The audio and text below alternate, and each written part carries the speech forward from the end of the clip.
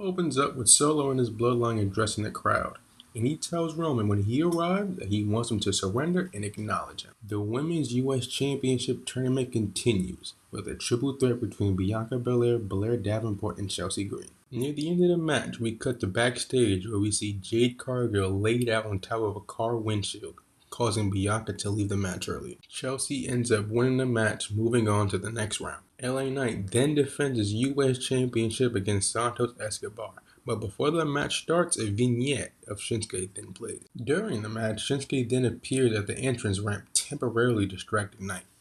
As Santos sets up his finisher, Knight reverses it for a BFT, giving him the win. For the second consecutive week, Shinsuke attacks LA Knight after the match. Cody then comes to the ring demanding to go face-to-face with Kevin Owens. Kevin appears in the crowd telling Cody that everything that happened over the last couple weeks is his fault, because he's been fighting with the Bloodline for years, and when Cody teamed with Roman, he felt betrayed. Cody then responds by saying Kevin always wants to be the victim and is always self-sabotaging himself, like at Bash in Berlin where he didn't pull the trigger. He then challenges Kevin Owens to a match. Kevin then accepts, but he wants to do it on his terms and when he wants. The OG Bloodline is backstage wondering who their fifth member will be. Sammy and Jay suggest Cody and Seth, but Roman says no to both. Roman then says that they don't need a new member and this is all that they need.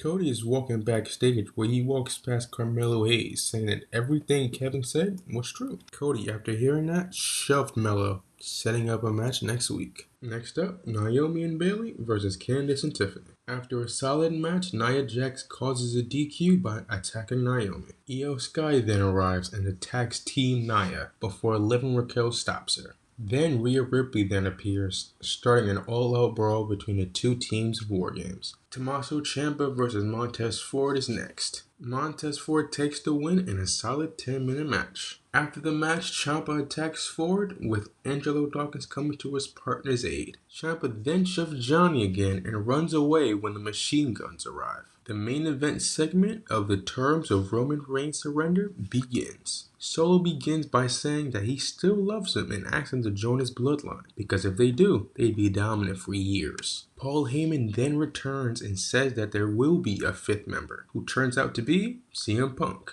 Then an all-out brawl starts, ending the show with Team Roman on top.